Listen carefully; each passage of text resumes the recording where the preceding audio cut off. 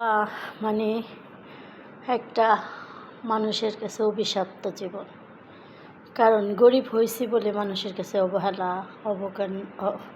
অবহেলা, অপমান সব সহ্য করতে হয়।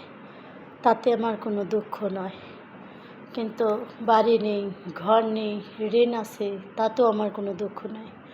তবে আমার একটা কষ্ট বা দুঃখ মনের ভিতরে এতটা পুষে রাখা, তাই কিছুটা শেয়ার করি। আল্লাহ আমাকে দুটো কন্যা সন্তান দিল ঠিকই, তাদের পাশে বিপদের সময় আমাকে থাকতে দিল না। কারণ আল্লাহ বলে যে রিজিকের মালিক আল্লাহ, লোকে বলে রিজিকের মালিক আল্লাহ। রিজিকের টানে আমাকে এত দূর দেশে আনছে, তা কর মতো না। দুইটা মেয়ে আমার গর্ভধারিণী হলো, দুইটা মেয়ের ঘরে নাতি এলো। কিন্তু তাদের যে সময়টা একটা মেয়ের, যখন মেয়েটা মা হয়, তার অনেকটা বেশি প্রয়োজন তার মা পাশে থাকে বা নাতি নাতকুর হয়, হাসি রং তামসা করে কুলে নেয়। কিন্তু আমার ভাগ্যটা তা হয়নি। কিন্তু এটা আমার অনেক কষ্ট অনেক কষ্ট দেয় আমাকে, কুড়ে কুড়ে খায় আমাকে, যে আমি কি জীবন নিয়ে আমি দুনিয়াতে আসলাম, কি কপাল নিয়ে দুনিয়াতে আসলাম, কিভাবে আমাকে আল্লাহ পাঠাইলেন। আমাকে হয় দিল না বাড়ি, দিল না ঘর, না দিল টাকা, না দিল পয়সা, আমি তাতে কোনো কষ্ট পাইনি। শুধু কষ্ট পেয়েছি এটা ভেবে যে আল্লাহ আমাকে দুইটা রহমতের ফেরেশতা, দুইটা কন্যা সন্তান, আমার ঘরে দুইটা জান্নাত দিছে। কিন্তু জান্নাতের যখন একটা সময়, একটা মেয়ে যখন গর্ভবতী হয়, তার পাশে শুধু তার মারই বেশি প্রয়োজন হয়। তবে আমি তার পাশে থাকতে পারলাম না। কেন পারলাম না? এই রিজিকের টানে দূরপ্রবাসের মাটিতে পড়ে রয়েছি। তাদের ভালো মন্দ কিছুই আমি দেখতে পারলাম না। একটা মেয়ে গর্ভবতী হলে মার কাছে কত কিছু আবদার করে, যে মা এটা ভালো লাগে না, ওটা ভালো লাগে না, এটা খাবো না, ওটা খাবো। কিন্তু আমার কপালটা এতটাই পোড়া, আমি আমার একটা মেয়ের গর্ভবতীকালে আমি আমার মেয়েদের পাশে ছিলাম না।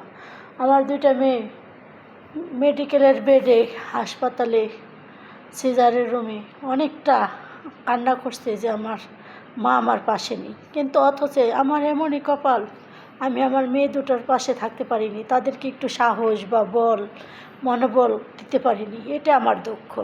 তবে আল্লাহ গরিব বানাইছেন, তাতে আমার বিন্দু মাত্র কষ্ট নেই। আমার বাড়ি নেই, ঘর নেই, কোনো কিছুতে আমি আল্লাহর প্রতি বেরাজি না বা কোনো কিছুতেই না। শুধু আমার মনে কষ্ট যে আমি কেন তাদের পাশে থাকতে পারলাম না।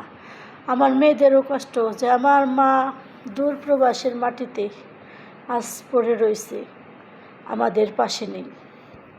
এটাই কষ্ট, এর চেয়ে বড় কষ্ট কিছুই নেই। তবে আল্লাহর কাছে এতটুকুই, যেমন আল্লাহ আমাকে দূর দেশে রাখছে, আল্লাহ আবার আমার মেয়েদের হয়তো ডেলিভারি সিজারে হয়েছে দুনো মেয়ের, কিন্তু আল্লাহ আমার মেয়ে দুটাকেই সুস্থ স্বাভাবিক, নাতি সুস্থ স্বাভাবিক, আল্লাহ সম্পূর্ণ পরিপূর্ণতাভাবেই দিয়েছেন। তবে আল্লাহর দরবারে লাখ লাখ শুকরিয়া আদায় করি। আমার মতো কত মা যে প্রবাসের মাটিতে এই সন্তান সম্ভাবনা মেয়ে হয়ে আছে। কোনো মার তো কোনো সন্তান ডেলিভারি হইতে যায় মৃত্যুবরণও করছে। সে মায়েদের জন্য দোয়া করি, তারা জানি সবসময় আল্লাহর কাছে প্রার্থনা একটাই দোয়া করে যে আল্লাহ আমার সন্তান যদি তুমি আমাকে দিতে, তাহলে আমি দেখতে পারতাম, তুমি না দিলে তো আর দেখার কোনো ক্ষমতা নেই। তা আল্লাহ যা ভালো মনে করে সে কাজটাই সে করে। তা আল্লাহর কাছে চাওয়ার মধ্যে একটাই চাওয়া যে আল্লাহ দূরপ্রবাসের মাটিতে আর কত দিন রাখবে। হয়তো রিজিকের টানে দূরে আনছো, নাইলে রিজিক নয় দুমুঠো ডাল ভাত খায় ঠিক আর থাকতে পারি। তবে একটু আল্লাহ তোমার রহমত যদি হয়, তবে আমি ঋণ পেন সেরে যদি আমার বাংলাদেশের মাটিতে আমি পৌঁছাই, আমার মেয়েদের সন্তানদের কাছে, নাতি নাতকুরের কাছে পৌঁছায় আমি থাকতে পারতাম, তো আল্লাহ আমি তোমার ইবাদতে নিয়োজিত হতাম। আল্লাহ তোমার ইবাদত করতে আমার অনেক মন প্রাণ চায়। তবে আল্লাহ তুমি আমাকে বাংলাদেশের মাটিতে পাঠানোর করে দাও, উসিলা করে দাও। আল্লাহ তুমি ছাড়া কেউ নাই, তুমি সবচেয়ে মহান।